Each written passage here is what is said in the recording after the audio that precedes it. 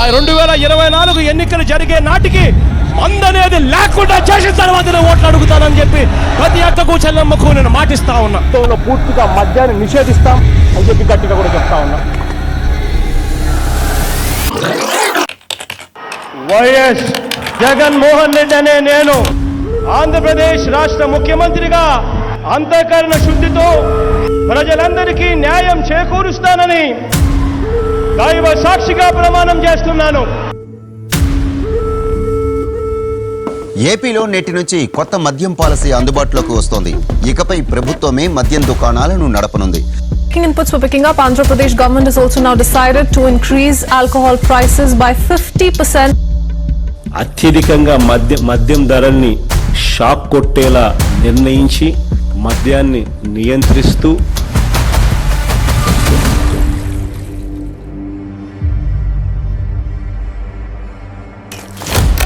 ముంబైని గడగడలాడించిన mafia డాన్లు Haji Mastan, Karim లాలా, దావూద్ ఇబ్రహీం ముఠాలు పారిశ్రామికవేత్తలను, వ్యాపారులను, ప్రముఖులను బెదిరించి సొమ్ములు దండుకునేవి.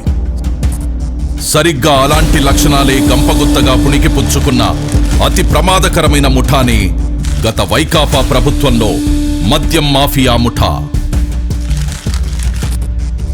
2019 ఎన్నికల మేనిఫెస్టోలో జగన్ సంపూర్ణ మద్యపాన నిషేధం చేస్తానని అక్కా చెల్లెమ్మలను మభ్యపెట్టి వాళ్ల ఓట్లు దండుకొని అధికారంలోకి వచ్చిన జగన్ ఇచ్చిన వాగ్దానాన్ని తుంగలో తొక్కి తమ వ్యక్తిగత స్వార్థం కోసం ఏకంగా రాష్ట్ర మద్యం పాలసీని మార్చేశాడు. మద్యాన్ని నియంత్రించి కుటుంబాల్లో ఆనందాన్ని నింపే విధంగా కూడా మద్యాన్ని నియంత్రిస్తూ అక్క చెల్లెమ్మలకు తోడుగా ఉండే ప్రయత్నం చేస్తా ఉన్న ప్రభుత్వం కూడా మనదే అని చెప్పి. తాగి ఇట్లయింది, అంతా కల్తీ మందు తాగి ఇట్లయింది అని చెప్తున్నారు. జగన్మోహన్ రెడ్డి అనంతపురంలో చూపించింటే అట్లా చెప్తున్నారు. మా ఆయన చనిపోయే సంవత్సరం అవుతాను సార్. ఎట్లా చనిపోయినాడంటే ఏం చెప్పుకోవాలా నేను. కల్తీ కాకపోతే పేగులు ఎందుకు బొగ్గు మాట్లాడండి. హాస్పిటల్ పిలిచిపోయినా కానీ ఇట్లే లివర్లు దెబ్బతిన్నాయి, కల్తీ మందు తాగినారు మీరు అని చెప్పినారు. తండ్రి ఇట్లా అయిపోయా, ఇంకా మా బతికేం రాని, ఇంకేం కూలి వస్తే సంసారం, లేకపోతే లేదు. అది తాగిన వల్లే అట్లా. మా అన్నదమ్ముళ్ళు చచ్చిపోతుంటే చూడలేము. దయచేసి ఇంకా సంపాదించింది చాలు. ఎక్కడికి ఎత్తుకోపోతారా? ఎంత సంపాదించుకుంటారా? లిమిట్ ఉండాలరా దేనికైనా. గొంతులు గొయ్యబాకండ్రా రే.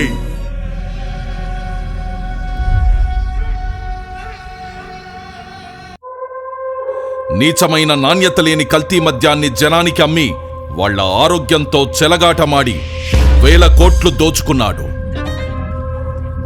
లిక్కర్ సప్లై విధానాన్ని గత వైకాపా పాలకులు తమ చేతుల్లోకి తీసుకున్నారు. ఉన్న లిక్కర్ ఫ్యాక్టరీలను భయపెట్టి బెదిరించి తమ ఆధీనంలోకి తీసుకున్నారు.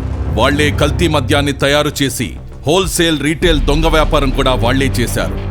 ఎక్కడా లేని Andhra Gold, President Medal, 9 Horses, Jobs Calendar, Gold Pearls, Kings Wales, Special Status, Royal Right అంటూ రకరకాల బ్రాండ్లు తీసుకొచ్చి విచ్చలవిడిగా అమ్మకాలు పెంచారు. జీవో నెంబర్ 128 తీసుకొచ్చి 60/90 మిల్లీలీటర్లకు దేశంలో తయారయ్యే ఫారెన్ లిక్కర్ 10 రూపాయలుంటే అధికారంలోకి రాగానే దాన్ని 20 చేశారు. 20 రూపాయల నుంచి 40 రూపాయలకు, 250 రూపాయలది 480 రూపాయలకు పెంచారు. ఆ మరుసటి రోజే మళ్లీ జీవో నెంబర్ 129 తెచ్చి అమాంతం మళ్ళా ఉన్న ధరలు పెంచేశారు. వాళ్లేం చేసినా నడిచిపోతుందనే నాజీ పోకడలతో ప్రవర్తించారు. రేటు పెంచితే సగటు ప్రజలు తాగరని వేదాలు వల్లించిన జగన్ రాష్ట్రంలో 72% మద్యం అమ్మకాలు పెంచేస్తూ కొత్త మద్యం పాలసీ ప్రవేశపెట్టాడు. 25,000 కోట్లు మా రెవెన్యూని స్టేట్కి ఇస్తాంటే అది ఎక్కడి నుంచి వచ్చింది? సంవత్సరానికి 25,000 కోట్లు, అంతకుముందు 17,000 కోట్లు ఉండేది. 25,000 కోట్లు క్వాంటిటీస్ తగ్గాయి, రెవెన్యూ పెరిగిందంటే ఎక్కడి నుంచి వచ్చాయి? ప్రజల జీవితాలు గుల్ల చేస్తూ వాళ్ల జేబులు కొల్లగొట్టాడు. రాష్ట్ర ఆదాయం తగ్గినా సరే రాష్ట్ర ప్రజల ఆరోగ్యం ముఖ్యం, పేదల కోసం పాటుపడాలన్న ధ్యేయంతో పనిచేస్తున్న ప్రభుత్వం ఇది. నా తోటి ఫ్రెండ్సే 5 చదివారు. ఆంధ్రా గోల్డ్ అంట, 9 హార్స్ అంట, కుర్రం ఉందంట, అన్ని డూప్లికేట్ ముందు తయారు చేసి దోపిడీ రాజ్యం అయిపోయింది. మొత్తం స్పిరిటే. ఆ ముందు అయినా ఒకటే వ్యసం తాగినా ఒకటే అన్నట్టు ఉంటుంది. నిసా ఏమి 15 నిమిషాలకి ఎక్కద్ది, 15 నిమిషాలు గందరగోళం చేసి మళ్ళీ కొనుక్కోవటం, మళ్ళీ లేచి మళ్ళీ ఇంకో కోటకు పోవటం. మా తాత కూడా చనిపోయారు తాగి ఈ జగన్ ముందే ఇటు చేస్తున్నారు. 2 కోట్ల తాగిన తర్వాత చేసినాడు ఏడు ఈ పచ్చిపోతలోకి వచ్చేస్తుంది. అటు తలకాయ పని చేయకాడి చేసిన పచ్చిపోతలోకి వచ్చి చేసిన అది ఒక రకంగా మెంటల్గా మాట్లాడే ఒక రకంగా వస్తామని. గత వైకాపా ప్రభుత్వం 5 ఏళ్ల పాటు అమ్మిన మద్యానికి ఎలాంటి డిజిటల్ చెల్లింపులను అనుమతించలేదు. కేవలం నగదు రూపంలో విక్రయించి 99,413 కోట్ల రూపాయల్ని తీసుకున్నారు. ఈ రోజుల్లో తోపుడు బండ్లవాడు కూడా ఆన్లైన్ పేమెంట్ తీసుకుంటుంటే ఏపీ లిక్కర్ షాపుల్లో ఆన్లైన్ పేమెంట్ అనేదే లేకుండా చేసి క్యాష్ అండ్ క్యారీ అన్నారు. అదేమని అడిగిన వాళ్ళని వీళ్ళడిగిన వాళ్ళని బెదిరించారు. వినకపోతే అరెస్టులు చేశారు, కేసులు పెట్టారు.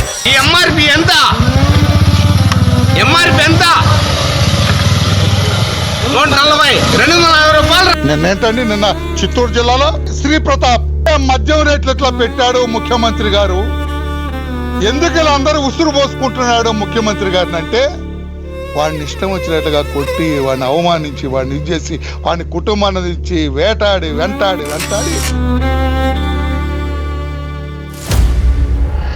2019లో జగన్ తన వైకాపా ప్రభుత్వం రాగానే 1,000 కోట్లు ప్రజల నుంచి పిండుకోవాలని ప్లాన్ చేశారు. తమ పన్నాగాలన్నీ ఎలా అమలు చేయాలన్న అంశాలన్నీ ఎంపీ మిథున్ రెడ్డి రూపకల్పన చేశాడు. అతడే ఈ స్కామ్ కి మొత్తం రింగ్ మాస్టర్ గా వ్యవహరించాడు. అప్పటి బెవరేజెస్ కార్పొరేషన్ లో అసిస్టెంట్ కమిషనర్ గా ఉన్న సత్యప్రసాద్ని ఈ కుట్రకి పావుగా వాడుకున్నారు.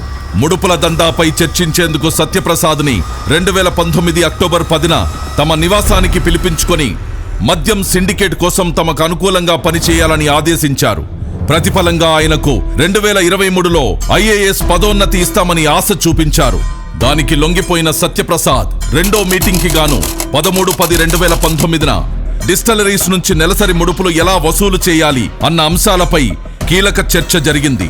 మద్యం అమ్మకాల బేస్ ధరపై కనీసం 12% కమిషన్ వసూలు చేయాలని ఎంపీ మిథున్ రెడ్డి ప్రతిపాదించాడు.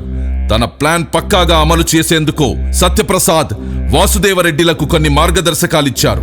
మద్యం అమ్మకాలకు సంబంధించి 2019కి ముందు టీడీపీ ప్రభుత్వం అమలు చేసిన ఆటోమేటిక్ విధానం తీసేయాలని, ఆ స్థానంలో మాన్యువల్ కంపెనీ విధానం తీసుకురావాలని సూచించారు. 2019వ సంవత్సరం రెండో అర్ధభాగంలో డిస్టిలరీల యాజమాన్యాలతో హైదరాబాద్ పార్క్ హయత్ హోటల్లో మద్యం కుంభకోణం రూపకర్తల్లో SPY డిస్టిలరీస్ పూర్వ డైరెక్టర్ అయిన సజ్జల శ్రీధర్ రెడ్డి ఈ సమావేశాన్ని ఏర్పాటు చేశారు. తమ ప్లాన్కు సహకరించకపోతే మద్యం సరఫరా ఆర్డర్లు ఇవ్వబోమని బెదిరించారు. వ్యాపారం కోల్పోతామన్న భయంతో డిస్టిలరీల యజమానులు మద్యం కనీస ధరపై 12% చొప్పున ముడుపులు చెల్లించేందుకు అంగీకరించారు.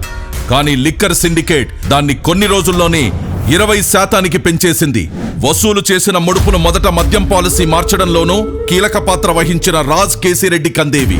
వాటిని అతని నుండి మిథున్ రెడ్డి, భారతీ సిమెంట్ డైరెక్టర్ జగన్ సతీమణి భారతి తరపున ఆర్థిక వ్యవహారాలు చూసే గోవిందప్ప బాలాజీకి అందజేసేవారు. వారా సొమ్మును చివరగా అప్పటి సీఎం జగన్ కందజేసేవారు. ప్రతి నెల సగటున 50 నుండి 60 కోట్ల ముడుపులు జగన్ కందేవి.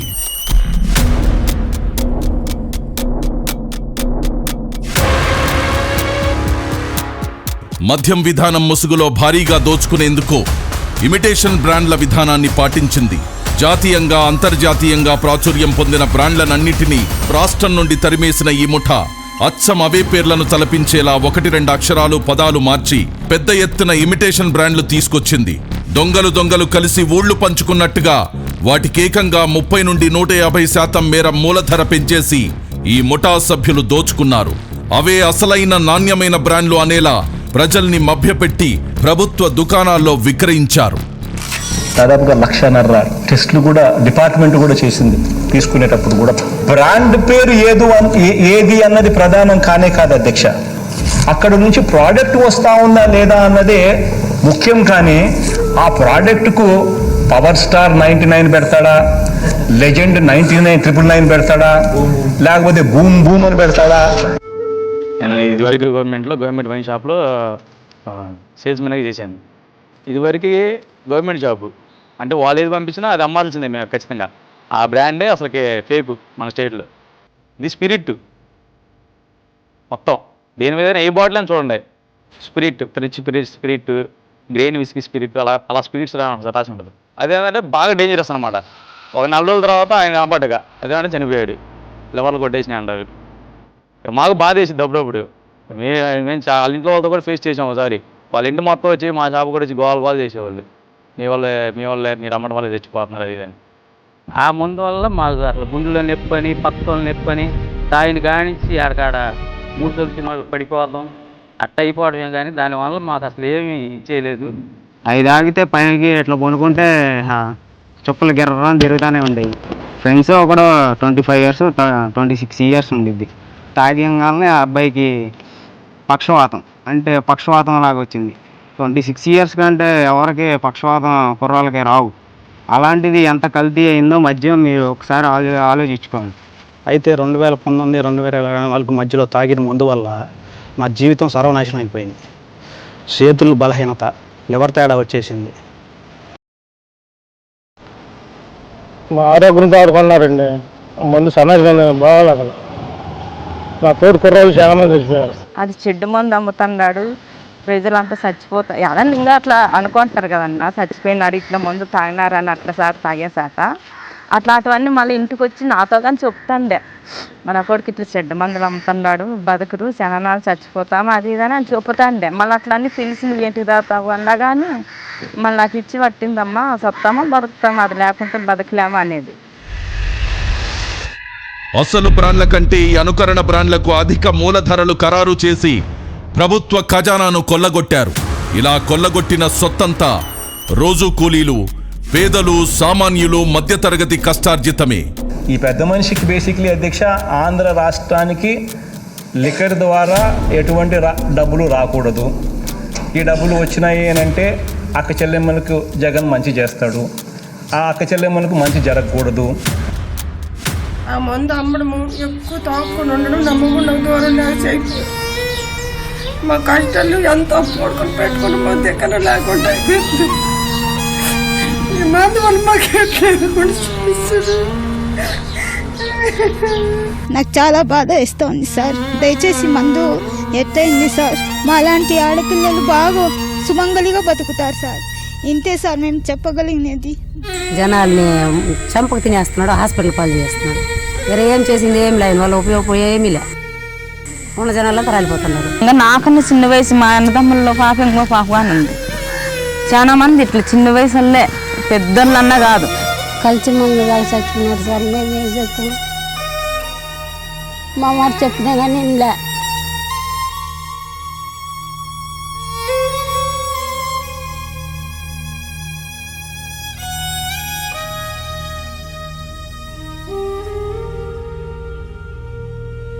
ఇక్కడెక్కడ ఒకడు చచ్చిపోయాడు, పార్క్లోనే బైపాస్ చచ్చిపోయాడు. ఒకడేమో సక్ఫోష్ కాడ చచ్చిపోయాడు. 3 చచ్చిపోయారండి.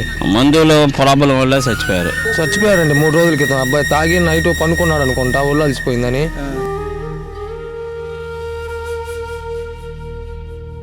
నాసిరకం మద్యాన్ని ఏరులా పారించి ప్రజల ప్రాణాలను హరించడమే గాక ఆ దోపిడి డబ్బును దాచుకోవడానికి, డిస్టలరీల నుండి ముడుపులు దండుకోవడానికి బంగారాన్ని సాధనంగా చేసుకున్నారు. డిస్టలరీల మద్యం సరఫరాదారుల నుండి 400 నుండి 1000 కోట్ల విలువైన బంగారాన్ని ముడుపులుగా తీసుకున్నారని ఒక అంచనా. బంగారం వ్యాపారులకు కమిషన్లు చెల్లించి వారి ద్వారా ముడుపుల డబ్బును మద్యం మాఫియా ముఠాకి చేరవేశారు. చివరికి ఆ బంగారం డబ్బు అంతిమ లబ్ధిదారుడైన జగన్ ప్యాలెస్ కి చేరేవి. మద్యం కుంభకోణం నిందితులతో కలిసి రాజకీయ వ్యవస్థను నేరమయం చేశారు. మద్యం ముడుపుల సొమ్ముతో కొంత మొత్తాన్ని 200 నుండి 300 కోట్లను గత సార్వత్రిక ఎన్నికల్లో ఖర్చుల కోసం వైకాపా అభ్యర్థులకు పంపిణీ చేశారు.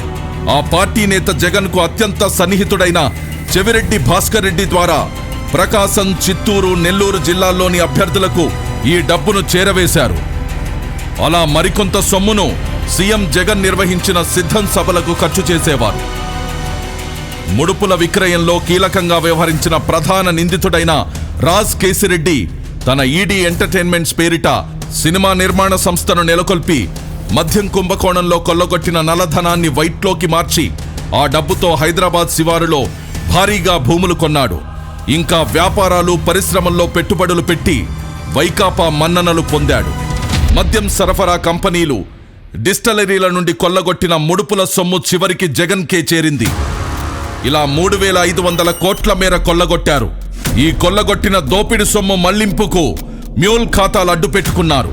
ఉత్తరాది రాష్ట్రాలకు చెందిన రోజు కూలీలు, నిరుపేదలు చిన్న చిన్న పనులు చేసుకుంటూ జీవనం సాగించే వారికి ప్రతి నెల కొంత మొత్తం చెల్లిస్తామని ప్రలోభపెట్టి వారి ఆధార్, పాన్, ఇతర గుర్తింపు కార్డులు తీసుకుని వారి పేర్ల మీద ముంబై, ఢిల్లీ తదితర నగరాల్లోని పలు బ్యాంకుల్లో పెద్ద ఎత్తున ఖాతాలు తెరిచి అనామకుల్ని డైరెక్టర్లుగా పేర్కొంటూ అనేక కల్పిత కంపెనీలను సృష్టించారు.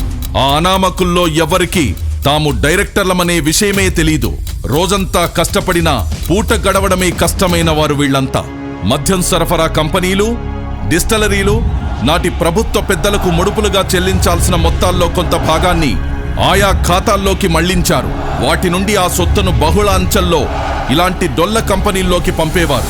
చివరగా ఈ సొమ్మంతా దుబాయి, ఆఫ్రికా దేశాలకు తరలించారు. అక్కడ మైనింగ్, రియల్ ఎస్టేట్ వివిధ కంపెనీల్లో పెట్టుబడి పెట్టారు జగన్ అండ్ కో ముఠా.